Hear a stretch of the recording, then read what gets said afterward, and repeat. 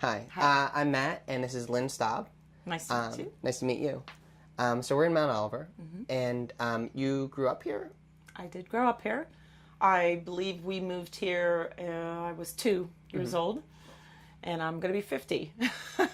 Yeah, we just heard the story from your. We heard how your mom moved here, and she had she had young kids, and they found the house with a pool, and then and so you moved back here, or were you living? I moved back here. I moved out when I was 20. I had gotten married and lived in adjacent suburb communities, and through my divorces came back full circle.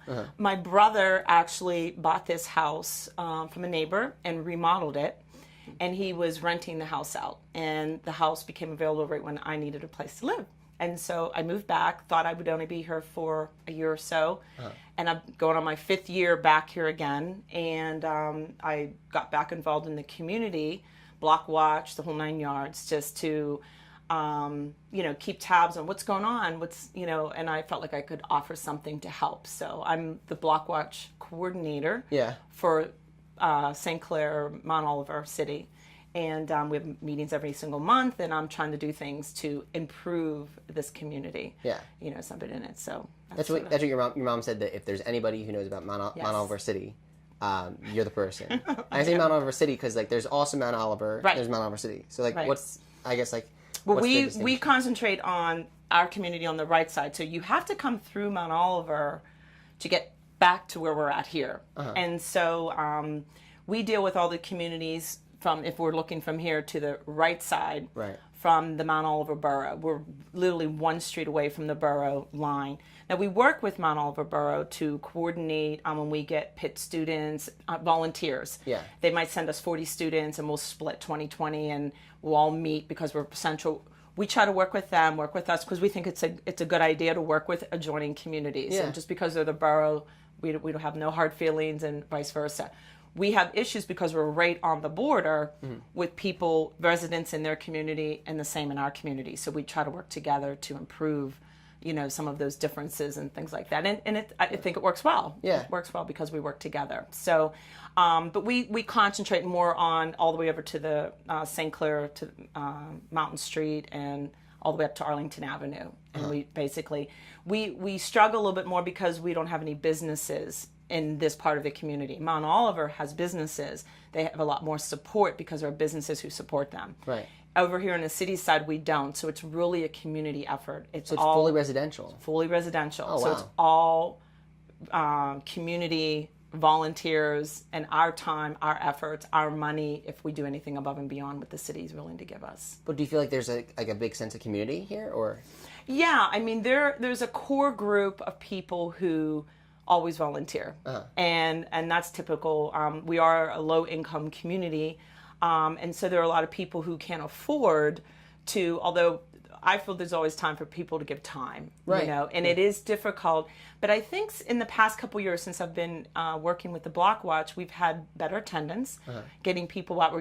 I walk around, I hand notices to the community, I try to go out and meet people, because we're trying to bring community back in here again. It's, from when I was a kid, you could come out here and borrow, a rake, or somebody was digging out a pool and everybody would come down and help them dig out the pool. It was really like a neighborhood kind of, situation 30 years ago. Yeah. And I just think in most communities that's gone to the wayside. Everybody's busy, everybody's just doing their own thing.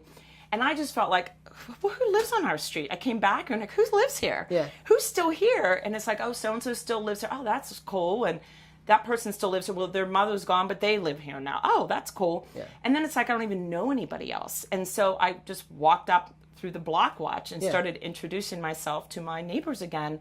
So they knew who I was, I knew who they were, because to me, to run a good Block Watch, everybody's got to know each other, and, I want you to know I've got your back, and I want you to know that you've got mine if I'm going out of town for a few days, you know what I mean? So that was sort of... And that's what keeps the neighborhood really, I mean, in smaller neighborhoods, you really have that opportunity to create a close knit circle. Absolutely. And that's what you're doing, and that's what you can do. Yeah. Absolutely. And we're looking to do things to improve the look of our community. Yeah. One thing I've noticed in the past 30 years is that it's gone to the pot, it's like, wow, it's become more depressed from what it used to be 30 years ago. And I think it's just the residents who have come and gone who aren't taking care of the properties. And so what we're trying to do is to encourage people. We're trying to bring help to them to say, we're trying to be an advocate to the city that says, hey, we need some new curbs. Yeah. We need some sidewalks here. Our kids are walking on the streets because there's not a sidewalk mended for these kids to walk, safely on a sidewalk. Yeah. Or we're trying to help people keep their curb appeal looking good. Yeah. We might not go into their yard, but it's like, can we help you out front here if you don't have hedge clippers or something? And we'll get people together and we'll clean up, pick up garbage just to try to keep. I mean, I'd love it if the city could come by and do a street cleaning once a month, but they don't come to this community. Right. And that's one of the things we fight for is we fight with the city to try to help us help them. Yeah. With the volunteers and the people who are willing to do something. You know? So those are a lot of things that I'm trying to do. I've been a little bit discouraged with the city coming back and really being involved, but we're going to keep working. We're going to keep doing it. And there are people who care. Yeah. And not everybody wants to come out and pick up garbage, but I'm willing to. My son's willing to. To me, it's a community effort. It's a Christian effort, and I like doing that. Yeah, and then you fix up your community, and then absolutely, that's what everyone. I mean, Pittsburgh is about the communities. I mean, and the neighborhoods, and that's what really makes it. And the people make the neighborhoods. Absolutely. So, absolutely. Yeah. And tell me about what you do. You do closet organizing? I'm a professional organizer, so I help people declutter their lives. Oh wow! And I go in and either to homes and offices, and I help people to declutter. Yeah. Part of my business also is closet designs and installations, and I have an interior design background, so I also help people make their spaces look. I do space makeovers. All right. So a lot of my organizational skills help with the community efforts. Yeah. I have a lot of contact information because I help people declutter their homes.